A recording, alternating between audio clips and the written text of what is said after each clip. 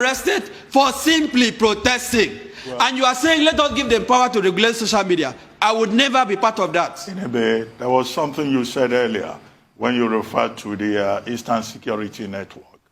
I hope you are not justifying violence by any group inside Nigeria, because one of the bases for the objection of the federal government to Twitter is that Twitter has become a platform inside Nigeria for a particular separatist movement within the country.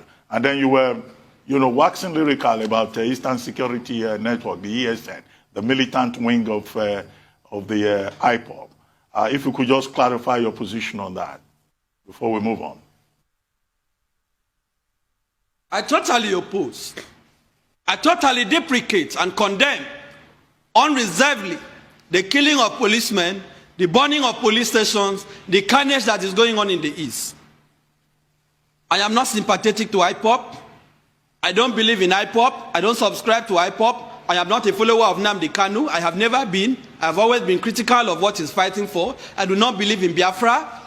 I also do not believe in splitting Nigeria, even though I totally oppose the fraudulent one Nigeria they are talking about, because the united Nigeria that I want must be based on justice, must be based on rule of law. But I do not believe that we should divide the country.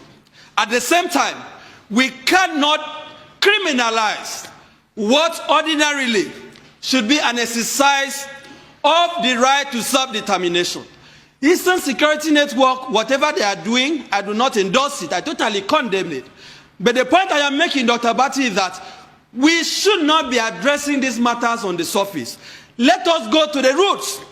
What led to the Eastern Security Network? Did Nnamdi Kanu just start with this group? They started by marching, carrying flag, going on the street, protesting. What was the response of the Nigerian state? What was the response of the Buhari regime? They deployed Operation Python dance. The Python was dancing on the lives of the people of the Saudis.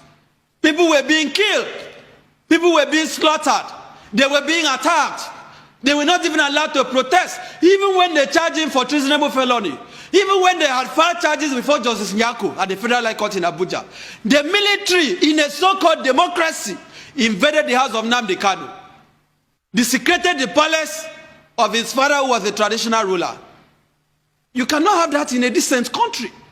So as we condemn the killing of policemen, the burning of police, the burn of stations and INEC offices, we must admit that this regime, this government, takes responsibility for the resort to violence by the group known as Eastern Security Network.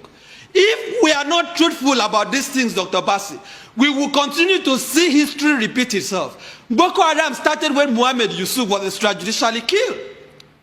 Have we learned any lesson as a country? The answer is no.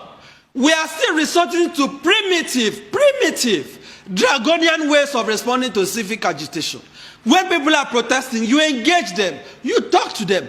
That is why you say you are running a democracy. You don't kill them. You don't deny them of the right to protest. But we keep saying IPOB, and what the president said, he will speak to them in the language that they understand. These people have not recovered. The people of Eastern Nigeria, the Igbos in particular, they are still going through the agony of the civil war. And you are saying you treat them in the language they understand? What is the language of the civil war? But there's an argument, and I'd like your comments on that argument, that the president's remarks were taken out of context. Those he was referring to were the armed groups who have forgotten the pains of the Southeast during the Civil War. The armed groups who are going around torching Nigerian infrastructure belongs to us, INEC infrastructure, for our democracy. That comment was made to a specific cadre of criminals. So those who leapt to their defense were wrong-footed, including Twitter, who did not take time to appreciate the broader context of that remark before deleting the tweet. Now, should Twitter have approached the Nigerian government, because this is a sovereign state, before deleting that tweet? I want your take on that. And also the general global move towards social media regulation. The U.S. government, the U.S. House of Representatives actually has 4 bills right now in the offing to restrain social media giants about utilizing user data, buying other platforms. I grant you, none of them is trying to restrain or censor the actual posts that individuals make. But there is a general sense that social media giants are too big for their britches. Your comments? Do you know that as I speak today, Nigeria does not have a data protection law, embarrassingly enough. Because you are citing the example, and that is why I'm saying when we make these comparisons, we must look at the peculiarity of these countries. There is no single one data protection law in Nigeria today, not even one. Not even one that protects the data of Nigerians. We don't have. We do not have. Now, you make, the point that the president's comment was taken out of context. The only person or persons who took the president's comment out of context is the president and Lai Mohammed. Nigerians understood what he said. I personally understood what he said. The context in which he said it was clear. He didn't just stop at that. He didn't say he was referring to the armed groups. No. When you look at it objectively, when you look at it in context, because he said that they have businesses all over the country. Is it IPOB that has businesses all over the country? Does IPOB have business in Kano, in Sokoto, in Zamfara, in Benue, in Kwara, in Ogun, in Cross River? They don't. Does the Eastern Security Network have businesses all over the country? The answer is no. Buhari was referring to the Igbos. We can admit it, we can pretend about it. His body language has been clear. He started by saying you cannot treat 93 and 5% equally. We have seen how he has marginalized the Igbos. No Igbo is represented in the National Security Council. Look at the nepotism. So when we are saying his comment was taken out of context, are we also saying that his nepotistic appointments, his clearly sectional appointments are also taken out of context? Because this is a president that has a pedigree, a shameful pedigree, an unfortunate pedigree of favoring a section of the country that has polarized this country as never before.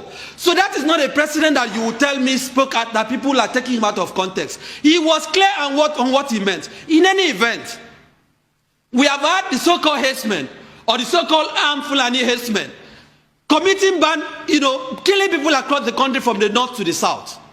Has he spoken to them?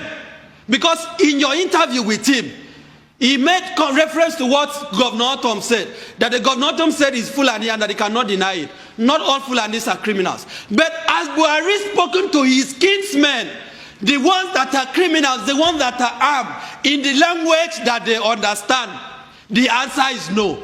We want language has he been speaking to them? Language of encouragement, language of endorsement, ruga, settlement, grazing roads, and so on and so forth. Despite that governors have rejected these divisive policies, Buhari is still trying to force it on the throat of Nigerians. He has not addressed the killings by the herdsmen. Has he spoken to bandits in the language that they understand? For the last 6 years, the answer is no. Rather, Gumi is advocating amnesty. School students are being kidnapped.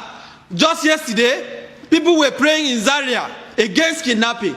Buhari has not spoken to kidnappers in the northeast, the northwest, in the language that they understand. He has also not spoken to Boko Haram and ISWAP in the language that they understand.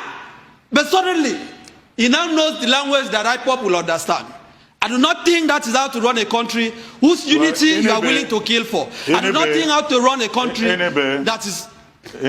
Let's move on from this Twitter and this political talk.